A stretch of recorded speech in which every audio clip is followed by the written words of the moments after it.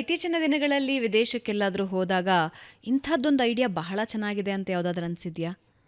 ನೋಡಿ ಮೇಡಮ್, ನನ್ನ ಸ್ಟಡಿ ಏನಂತ ಹೇಳಿದ್ರೆ, ನಮ್ಮ ಆಹಾರಗಳನ್ನು ಆಧುನೀಕರಣಗೊಳಿಸಲಿಕ್ಕೆ ಇನ್ನೂ ಸ್ವಲ್ಪ ಅದಕ್ಕೆ ಬೇಕಾಗಿರೋ ಎಕ್ವಿಪ್ಮೆಂಟ್ಗಳು, ಮೆಷಿನ್ಗಳು ಎಲ್ಲೆಲ್ಲಿ ತಯಾರಾಗುತ್ತೆ.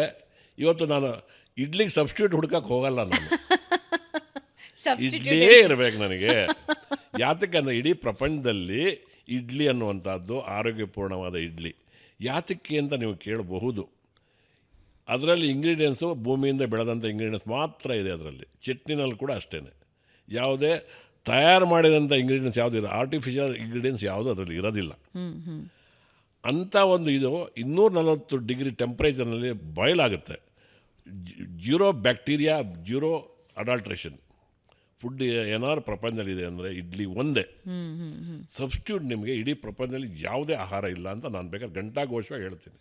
ನೀವು ಬೇಕಾದ್ರೆ ನೋಡಿ. ಬೇಕಾದರೆ ನಾನು ಯಾಕೆ ಕೇಳಿದೆ ಅಂತ ಹೇಳಿದ್ರೆ, ಇತ್ತೀಚಿನ ದಿನಗಳಲ್ಲಿ ಕೆಲವೊಂದು ದೇಶಗಳಿಗೆ ಹೋದಾಗ ಈ ಎಳನೀರಿನ ಎಕ್ಸ್ಪೆರಿಮೆಂಟ್ಗಳು ಜಾಸ್ತಿ ನೋಡ್ತಾ ಇದ್ದೀವಿ.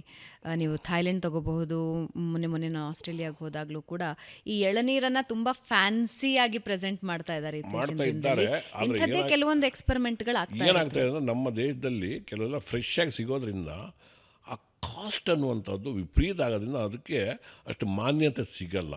ಇವತ್ತು 40-50 ರೂಪಾಯಿ ಕೊಟ್ಟರೆ ಫ್ರೆಶ್ ಎಳನೀರು ನಿಮ್ಗೆ ಹೊಡೆದು ಎದುರುಗಡೆ ಕೊಡ್ತಾರೆ. ಅಂಥದ್ರಲ್ಲಿ ನೀವೆಲ್ಲೋ ರೆಫ್ರಿಜರೇಟರಲ್ಲಿ ಇಟ್ಟಿದ್ದೋ ಎಲ್ಲೋ ಪ್ಯಾಕ್ ಆಗಿನೋ ಎಲ್ಲಿಂದ ಬಂದಿದ್ದನ್ನು ನೀವು 100 ರೂಪಾಯಿ 150 ರೂಪಾಯಿ ಕೊಟ್ಟು ಕುಡಿಬೇಕಂತೇಳಿದ್ರೆ ಅದ್ರ ಬಗ್ಗೆ ಆಸಕ್ತಿ ತೋರಿಸಲ್ಲ.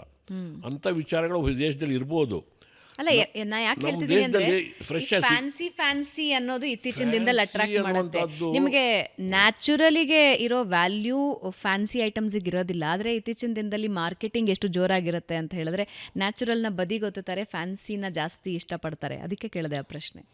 ನೋಡಿ, ನಮ್ಮ ಆಹಾರಗಳು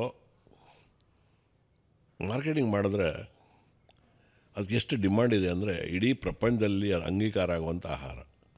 ಮಾರ್ಕೆಟಿಂಗ್ ಕಮ್ಮಿನಾ ಭಾರತದ? ನಮ್ಮ ಆಹಾರ, ನಮ್ಮ ಏನಂದ್ರೆ ನೋಡಿ, ನಮ್ಮ ಸೌತ್ ಇಂಡಿಯನ್ ಫುಡ್ಡು, ನಮ್ಮ ದೇಶೀಯ ಆಹಾರಗಳಲ್ಲಿ ಸೌತ್ ಇಂಡಿಯನ್ ಫುಡ್ಡು ಒಂದೇ ಒಂದು ನೋಡಿ ನಿಮಗೆ 24/7 ಅಂಗೀಕಾರ ಆಗುವಂಥ ಆಹಾರ ನಮ್ಮ ಸೌತ್ ಇಂಡಿಯನ್ ಆಹಾರ.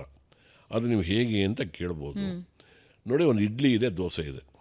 ಬೆಳಗ್ಗೆ 4 ಗಂಟೆ ನೀವು ಪ್ರಯಾಣ ಮಾಡಬೇಕು, ಒಂಚೂರು ತಿನ್ನಬೇಕಂದ್ರೆ ಆ ಹೊತ್ತಿಗೂ ಹೊಂದ್ಕೊಡುತ್ತೆ, ಬ್ರೇಕ್ಫಾಸ್ಟ್ಗೂ ಹೊಂದ್ಕೊಡುತ್ತೆ, ಮಧ್ಯಾಹ್ನ ಊಟಕ್ಕೂ ಹೊಂದ್ಕೊಡುತ್ತೆ, ಸಾಯಂಕಾಲ ಟಿಫನ್ಗೂ ಹೊಂದ್ಕೊಡುತ್ತೆ, ರಾತ್ರಿ ಊಟಕ್ಕೂ ಡಿನ್ನರ್ಗೂ ಹೊಂದ್ಕೊಡೋಂಥ ಆಹಾರ ನಮ್ಮ ಸೌತ್ ಇಂಡಿಯನ್ ಇಡ್ಲಿ, ದೋಸೆ, ವಡ, ಖಾರಬಾತ್ ಇಂಥ ವಿಚಾರಗಳು.